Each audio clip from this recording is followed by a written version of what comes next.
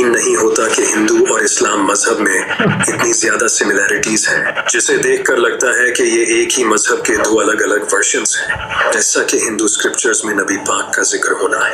भाई मैं शुरू में डिस्क्लेमर दे दूं, ये टोटल हिंदुइज्म आपको पता पकड़ दकड़ का रिलीजन है, आधा इब्राहिमिक बल्कि पूरा इब्राहिमिक के तीनों ब्रांचेस से लिया हुआ रिलीजन है और पकड़ दकड़ का इन्होंने बनाया हुआ है। तो इसको आप सीरियस नहीं लेना, क्योंकि ये तो जो वीडियो बना रहा है ये तो हिंदुस्तान में रहने वाला मुसलमानों का अंडवा है, मतलब जो इंडियन जो अपने आप को मुसलमान कहते हैं उनका तो ये लिपापोती करेगा। यहाँ तक के काबा का भी जिक्र है। हिंदू मजहब की किताबों और कुरान में कई बातें तो एग्जैक्ट सेम लिखी हैं, लेकिन ये सब जानने से पहले हमें इन दोनों रिलीजन्स की हिस्ट्री को जानना होगा। वेदों का रस निचोड़ करके मोहम्मद साहब ने परमात्मा की इबादत करके परमात्मा के पैगाम को एक ही कलमे में दे दिया। इससे बड़ा ग्रंथ दुनिया में और क्या हो सकता है। साल 610 बीसी जब नबी पाक सल्लल्लाहु अलैहि वसल्लम को नबूवत मिली और अल्लाह ने नबी पाक सल्लल्लाहु अलैहि वसल्लम के जरिए अपना पैगाम लोगों तक पहुंचाया, इस तरह इस्लाम मजहब शुरू हुआ। लेकिन अगर हिंदू मजहब की हिस्ट्री को देखा जाए तो इसका स्टार्टिंग पॉइंट किसी को नहीं पता कि ये मजहब कब बना और किसने बनाया। बहुत से स्कॉलर्स का क्यों नहीं पता? क्योंकि इसका एक बाप नहीं है, क्योंकि इसका एक बाप नहीं है, इसका कोई भगवान नहीं है, इनका यहाँ पे कोई प्रॉफिट नहीं है, क्योंकि ये हिंदुस्तान से बाहर नहीं निकल पाई, ये कर्ड थी। तो इसका आप नोट करो, ये इतने लंबे लंबे क्लेम करते 5000, 10,000, 15,000 साल लंबी लंबी फेंकते। इनके भगवान 5000 साल पहले तो हवाई जहाज बना के उड़ रहे थे भाई, तो 3000 साल पहले कागज आ गया था। डेटा सेव होना मेरे ख्याल में 2000-2500 साल पहले से होना शुरू हो गया होगा, सेव समराइज होना, उस तक का रिकॉर्ड नहीं है भाई साहब। मानना है कि हिंदू मजहब 5000 साल पुराना है, क्योंकि इंडस वैली सिविलाइजेशन में इस रिलीजन से जुड़े कुछ एविडेंस मिले हैं। इंडस वैली आज के टाइम में पाकिस्तान के पंजाब प्रोविंस में मौजूद है। हिंदू अपने मजहब को सनातन धर्म बोलते हैं, यानी कि ऐसा धर्म जो हमेशा से था, लेकिन सही तौर पर हिंदू मजहब को इसके वैदिक पीरियड के बाद ही रिकॉग्नाइज किया जाता है, जब 1500 से 2000 बीसी में हिंदू मजहब के वेदों को लिखा गया था। जिस तरह इस्लाम में हमारे पास कुरान है, इसी तरह हिंदू मजहब में वेद होते हैं। इसके अलावा हिंदू लफ्ज के पीछे भी बड़ी इंटरेस्टिंग स्टोरी है। ये जो हिंदू लफ्ज है, इसका आज के हिंदू मजहब से पहले कोई ताल्लुक नहीं था। हिंदू लफ्ज सिंधु नदी के पास रहने वाले हिंदू मुगलों की गाली है भाई, जैसे हम उर्दू में गाली बकते, कोई इंग्लिश में गाली बक देता है। हिंदू को हिंदू बोल के मतलब हिंदू एक गाली थी, किसी को नीचा दिखाने के लिए हिंदू बोले जाते थे। मुगलों की गाली है भाई साहब, और ये पर्शियन ने दिया था, हिंदू के मायने काला गुलाम लोगों को कहा जाता था। सिंधु नदी इंडिया और पाकिस्तान में बहती है और हिंदू लफ्ज भी इस रिवर के पास रहने वाले लोगों को कहा जाता था। इसका आज के हिंदू मजहब से पहले कोई ताल्लुक नहीं था, लेकिन फिर कई फेमस हिंदू पोर्ट्स ने इस लफ्ज को मजहब से जोड़ा और इसी तरह से हिंदू लफ्ज को आज के हिंदू मजहब से जोड़ दिया गया। इसी तरह इस्लाम लफ्ज एक अरबिक वर्ड है जिसका मतलब है खुद को अल्लाह के हवाले करके सुकून पा लेना। हिंदू मजहब इस्लाम की तरह ऑर्गेनाइज मजहब नहीं है। जिस तरह पूरा इस्लाम कुरान और हदीस पर टिका है, इस तरह हिंदू मजहब बिल्कुल नहीं है। हिंदू मजहब के बिलीव्स ट्रेडिशनल, रीजनल और कास्ट बेसिस पर डिफरेंट होते हैं। वेद, भगवद गीता, उपनिषद, पुराण ये हिंदू मजहब की ऑथेंटिक किताबें हैं जिससे हिंदू मजहब को समझा जाता है, लेकिन वेदों को हिंदू मजहब में सबसे ऑथेंटिक सोर्स माना जाता है। जिस तरह हमारे इस्लाम में कुरान और हदीस की किताबें हैं, हिंदू मजहब के वेद, उपनिषद और पुराण आज से हजारों साल पहले कई इंटेलिजेंट लोगों ने लिखे थे। उस वक्त लोग एक साथ बैठकर एक दूसरे के साथ नॉलेज शेयर करते थे और इसी नॉलेज को इन किताबों में लिखा गया है। इन टेक्स्ट्स के अलावा भी हिंदू मजहब में महाभारत और रामायण जैसी कहानियां हैं। इस्लाम की तरह हिंदू मजहब में भी फिरके बने हुए हैं। नबियों का कॉन्सेप्ट भी इस्लाम और हिंदू मजहब दोनों में है। इस्लाम में जैसा कि हम जानते हैं कि अल्लाह ने 1,24,000 नबियों को भेजा था और मेरे नबी पाक सल्लल्लाहु अलैहि वसल्लम अल्लाह के आखिरी नबी हैं। इनके बाद कोई नबी नहीं आएगा। इसी तरह हिंदू मजहब में अवतार को माना जाता है। हिंदू मानते हैं कि जब धर्म मुश्किल में होता है तो भगवान खुद से इंसान की शक्ल में धर्म को बचाने आते हैं, जिसे वो अवतार कहते हैं। 1000 साल ये अवतार कहाँ गायब था भाई? 1000 साल हिंदुओं का ये अवतार किधर गायब था? ये 200 साल पहले जब क्रिश्चियंस आ गए थे, यानी कि ये ब्रिटेन आ गए थे, तब कहाँ थे? अच्छा अभी कहाँ गायब था भाई? 70 साल, क्योंकि हिंदू तो अपने आप को खतरे में बोल रहा है आज भी। अगर अब भी अवतार नहीं आ रहा तो समझ जाओ भाई पकड़ दकड़ की कहानियां ये वेदों में। अवतार का मेंशन हमें किसी भी वेद में नहीं मिलता है सिवाय गीता और पुराण के। लेकिन इस्लाम में नबी तो अल्लाह के बंदे होते हैं, न कि अल्लाह खुद से इंसान की शक्ल में आता है। लेकिन कई स्कॉलर्स का मानना है कि ये अवतार लफ्ज इन दो लफ्जों से मिलकर बना है, जिसका मतलब होता है। और ये भी बताओ कि इन प्रॉफिट के गवाह दूसरे रिलीजन के लोग भी हैं, क्योंकि इस दुनिया में आए दिखे। इनके जो वेदों में जो उल्टी सीधी कहानियां लिखी हुई उनका कोई प्रूफ नहीं है भाई। बल्कि वो तो छोड़ो, एक कॉन्टिनेंट के भी पूरे गवाह इकट्ठे नहीं कर पाए भाई इर्द गिर्द के। है कि अवतार इन लोगों को कहा जाता है जिनका खुदा से खास ताल्लुक होता है। ऐसे लोगों का जिक्र हमें चारों वेदों में भी मिलता है, और वेदों को तो हिंदू मजहब की सबसे ऑथेंटिक किताब माना जाता है। तो हो सकता है कि अवतार असलियत में नबी ही हो।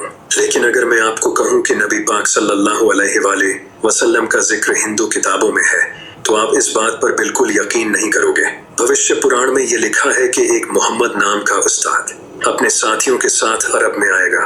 यहाँ साफ तौर पर नबी पाक सल्लल्लाहु अलैहि वसल्लम का नाम मोहम्मद लिया गया है, और ये भी लिखा है कि वो अरब में आएगा और यहाँ नबी पाक के साथ नहीं। बात ये है कि प्रॉफिट मोहम्मद का नाम कैसे आ गया भाई, मोहम्मद नाम कैसे सामने आ गया।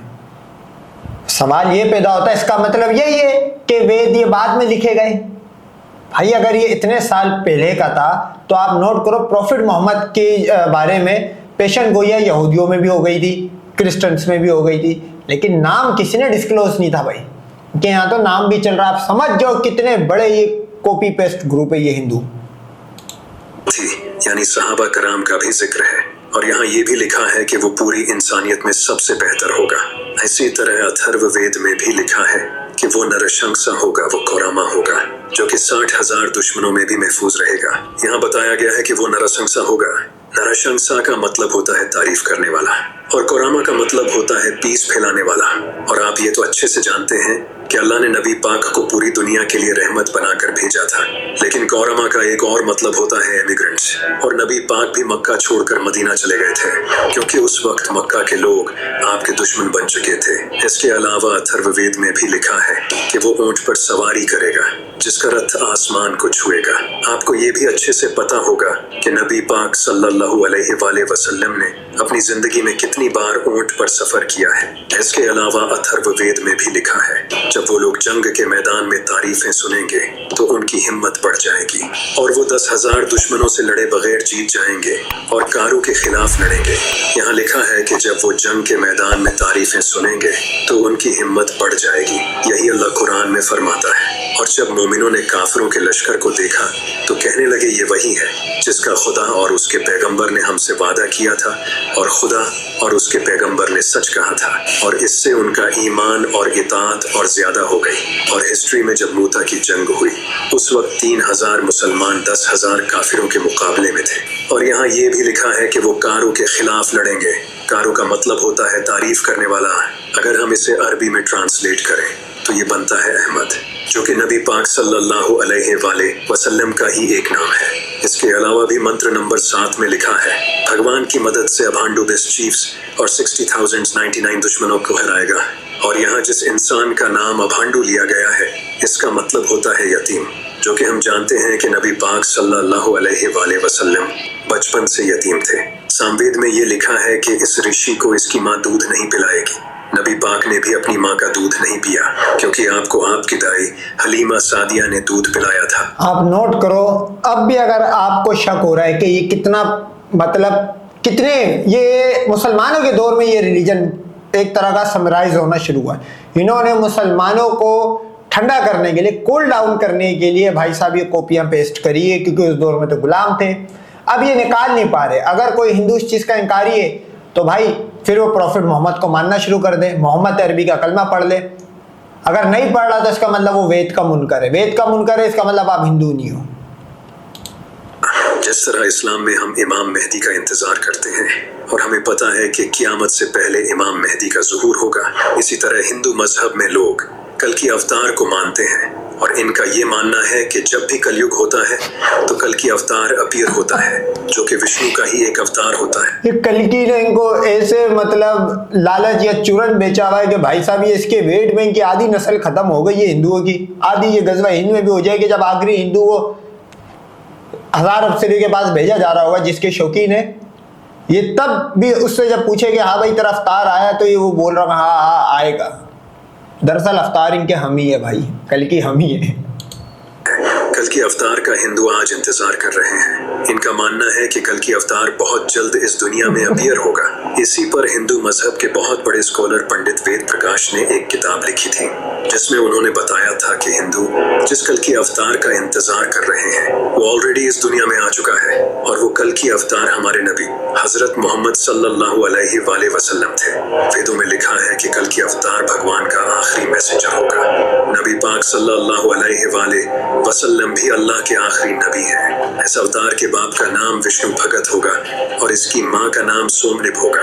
यहाँ इस अवतार के बाप का नाम विष्णु भक्त बताया है। विष्णु भगत का मतलब है विष्णु का बंदा और नबी पाक के वालिद का नाम था अब्दुल्ला जिसका मतलब है अल्लाह का बंदा। इन दोनों लफ्जों का ऑलमोस्ट सेम मीनिंग है। इसी तरह इस अवतार की माँ का नाम मतलब इन्होंने हजूर सल्लल्लाहु अलैहि वसल्लम की लाइफ को, मैं बोलता हूँ ना हिंदू की कहानियों में सिर्फ ये इब्राहिमिक की कॉपी पेस्ट वाला ग्रुप है। इन अणुओं ने सिर्फ करेक्टर नेम लोकेशंस चेंज करी हुई होती है, अदरवाइज टोटल इब्राहिमिक की कॉपी करता है। मतलब इतना कोई फकीर और कंगलों ने बनाया है। अबे कहानी भी अपनी मनगढ़ंत कोई नहीं बना पाए भाई। चलो माना इनकी प्रूफ नहीं है लेकिन कहानी भी अपनी नहीं बना पाए। सोमनिप बताया गया है जिसका मतलब है शांति। नबी पाक की माँ का नाम था हजरत आमना जिसका मतलब भी शांति ही है। हिंदू मजहब की बड़ी किताबों में लिखा है कि कल की अवतार जैतून और खजूर पर जिंदा रहेगा, बिल्कुल जैसे नबी पाक सल्लल्लाहु अलैहि वसल्लम अरब में खजूर और जैतून इस्तेमाल करते थे और इसे पसंद भी बहुत करते थे। वेद में लिखा है कि कल की अवतार अपनी जमीन के रिस्पेक्टेड खानदान में पैदा होगा। नबी पाक सल्लल्लाहु अलैहि वसल्लम भी अरब के इज्जतदार खानदान कुरैश में पैदा हुए थे। हिंदू मजहब में ये भी लिखा है कि कल के अवतार को भगवान गार में अपना मैसेज देंगे, एग्जैक्टली जैसे नबी पाक सल्लल्लाहु अलैहि वसल्लम को हजरत जिब्राइल ने गारे हिरा में अल्लाह का पहला मैसेज दिया। किताबों में ये भी लिखा है जिसे हिंदू मानते हैं कि कल की अवतार को भगवान एक ऐसा घोड़ा देंगे जिसकी मदद से वो पूरी दुनिया सातों आसमान और जमीन घूमेगा, जिस तरह नबी पाक सल्लल्लाहु अलैहि वसल्लम ने बुराक पर मेराज का सफर किया। किताबों में ये भी लिखा है कि इस अवतार को भगवान खुद मदद देंगे, एग्जैक्टली जिस तरह अल्लाह ने नबी पाक सल्लल्लाहु अलैहि वसल्लम की बदर की जंग में मदद की। हिंदू मजहब की किताबों में लिखा है कि कल की अवतार घोड़ा और तीर चलाने में माहिर होगा जैसे नबी पाक सल्लल्लाहु अलैहि वसल्लम थे, जिस पर पंडित वेद प्रकाश का कहना है कि आज के दौर में तो कोई घोड़ों और तीरों का यूज नहीं करता। ये दौर तो कब का जा चुका है।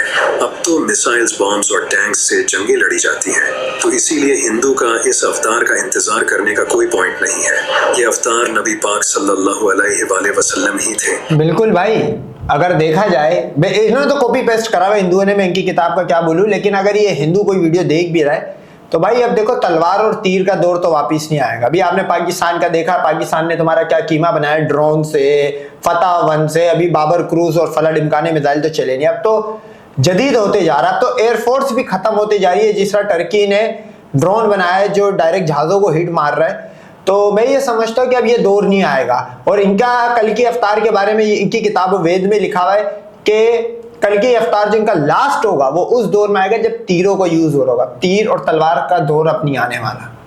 तो देख लो भाई हिंदू हो, अगर तुम इसके मुनकर हो तो फिर तुम वेदों के मुनकर हो, फिर तुम हिंदू भी नहीं हो। जो कि आज से 1400 साल पहले जा चुके हैं। आप देख सकते हो नबी पाक का जिक्र हिंदू मजहब में भी है और इसके अलावा दुनिया के कई रिलीजियंस में नबी पाक सल्लल्लाहु अलैहि वसल्लम का जिक्र है। हिंदू और इस्लाम मजहब में और भी सिमिलैरिटीज हैं, जिस तरह हम जन्नत और दोज़ख पर ईमान रखते हैं। हिंदू मजहब में स्वर्ग और नरक है। हम ईद पर जानवर कुर्बान करते हैं, हिंदू भी जानवर कुर्बान करते हैं। हम ज़कात देते हैं और हिंदू दान करते हैं। हम रोजा रखते हैं, हिंदू व्रत रखते हैं। हम हज करने मक्का जाते हैं। लेकिन क्या आपको पता है कि मक्का का जिक्र भी हिंदू स्क्रिप्चर्स। ये हिंदुस्तानी मुसलमान ऐसे कोई धब्बे है, इनके वर्त के अंदर तो फुल वो मतलब क्या बोलूं, अब मैं हुतिया पे चल रहे होते वो औरतें ज़्यादा रखती है, और इनके व्रत मुसलमानों जैसे थोड़ी होते भाई। 30 दिन लगातार कंटिन्यूसली आपने एक टाइम पीरियड से दूसरे टाइम पीरियड तक नहीं खाना पीना, बिल्कुल भी नहीं। इनके यहाँ तो सब चल रहा था। और कितने % प्रैक्टिस करते भाई हिंदू? ये फजूल में है ना, इनको देशभक्तियां प्रूफ करनी होती। 2 वक्त की रोटी का इनका मामला है ये हिंदुस्तानी मुसलमानों का। आपने बिल्कुल सही सुना। हरिहरेश्वर महात्म्य में एक मंत्र है। इस मंत्र में लिखा है कि मक्का में विष्णु के पांव के फुटप्रिंट्स हैं। यहाँ विष्णु से मुराद खुदा है, क्योंकि विष्णु का मतलब होता है सबको संभालने वाला, जो कि अल्लाह के एक और नाम इल्मुकितु का भी यही मतलब है। और हम मुसलमान भी काबा, जो कि मक्का में सिचुएटेड है, उसे अल्लाह का घर मानते हैं। इसके अलावा ऋग्वेद में लास्पत नाम की जगह को लिखा गया है, जो कि नाभा पृथ्वी पर सिचुएटेड है। यहाँ गौर करने वाली बात यह है कि इस लास्पत वर्ड का मतलब अल्लाह की जगह है, क्योंकि ला का मतलब है अल्लाह और सपत का मतलब है जगह। और यहाँ बताया गया है कि ये जगह नाभा पृथ्वी पर है। नाभा पृथ्वी का मतलब है जमीन के दरमियान, यानी कि ये जगह अर्थ के सेंटर में मौजूद है। आप जानकर हैरान होंगे कि काबा भी अर्थ के सेंटर में है। आप देख सकते हो कि इस्लाम और हिंदू मजहब में कितनी ज्यादा सिमिलैरिटीज हैं, लेकिन जो सबसे बड़ा डिफरेंस लोगों को लगता है वो ये है कि इस्लाम में हम एक अल्लाह को मानते हैं और मूर्ति पूजा भी इस्लाम में हराम है, लेकिन हिंदू अलग अलग खुदाओं को मानते हैं और मूर्ति पूजा करते हैं। जबकि उपनिषदों में ये साफ साफ लिखा है वो एक है और उसका दूसरा नहीं। उसके ना तो माँ बाप हैं और ना ही उसका कोई खुदा है। उस जैसा कोई नहीं, उसे इंसान की आंखें देख नहीं सकती। भगवत गीता में भी लिखा है कि जिनकी अक्लों को उनकी इच्छाओं ने चुरा लिया है वो इन मूर्तियों की पूजा करते हैं, उसे एक खुदा को छोड़कर। इसी तरह यजुर्वेद में भी लिखा है उसकी कोई तस्वीर नहीं, उसे किसी ने पैदा नहीं किया और वो इबादत के लायक है। उसका कोई जिस्म नहीं, वो पाक है। वो अंधेरे में गहरे डूब जाते हैं जो संभूति यानी तख्लीक की इबादत करते हैं। इतना ही नहीं, ऋग्वेद में भी लिखा है पादरी एक खुदा को कई नामों से पुकारते हैं। उसकी इबादत करो जिस जैसा कोई नहीं, जो अकेला है। सिर्फ एक खुदा है, दूसरा नहीं, हरगिज नहीं, हरगिज नहीं, कम से कम नहीं। उसके सिवा किसी की इबादत न करो, सिर्फ उसी की इबादत करो। अथर्ववेद में भी लिखा है खुदा सबसे अजीम है। ये सारी बातें कुरान में एग्जैक्टली सेम टू सेम लिखी हैं। हिंदू मानते हैं कि पूरे यूनिवर्स को ब्रह्मा ने बनाया है।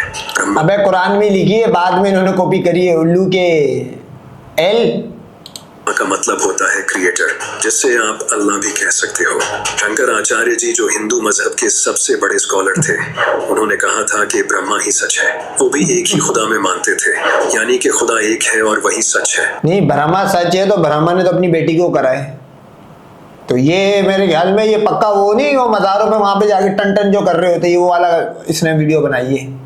लेकिन अगर हिंदू मजहब में एक खुदा का मानने का कहा गया है तो फिर क्यों लोग मूर्तियों की पूजा करते हैं? इस्लाम 1400 साल पुराना मजहब है और जैसा कि आप जानते हो कि इस्लाम में अल्लाह के अलावा किसी और की इबादत करना सख्त गुनाह है। फिर भी आज आप देख सकते हो कि कितने मुसलमान शिरक करते हैं। हिंदू मजहब 5000 साल पुराना है, तो वहाँ ऐसा होना तो कोई खास बात नहीं है। गौतम बुद्ध खुद सारी जिंदगी लोगों को बुतों की पूजा करने से रोकते रहे, लेकिन इनके मरने के बाद लोगों ने इनकी ही पूजा करना शुरू कर दिया। हजरत मूसा अलैहिस्सलाम ने जब लोगों को समंदर पार करवाया तो समंदर पार करते ही एक इंसान ने हजरत मूसा अलैहिस्सलाम को ये कह दिया कि आप हमें अपने रब की कोई मूर्ति बना दे ताकि हम इसकी पूजा कर सकें। हजरत ईसा अलैहिस्सलाम ने लोगों को अल्लाह की इबादत करने की तालीम दी और लोगों ने उन्हें ही खुदा बना दिया। जिस तरह इस्लाम में अल्लाह के 99 नाम है, इसी तरह हिंदू मजहब में एक ही खुदा के अलग अलग अवतार हैं। जिस तरह अल्लाह का हर नाम इसकी नई खूबी बयान करता है, इसी तरह जिसको अच्छाई पसंद है वो शिव को मानता है, जिससे प्यार पसंद है वो कृष्णा को मानता है। यानी कि ये सारे उस एक ही खुदा की अलग अलग खूबी को रिप्रेजेंट करते हैं और वो खुदा सिर्फ एक है, जो कि हमने देखा कि वेदों में बार बार कहा गया है।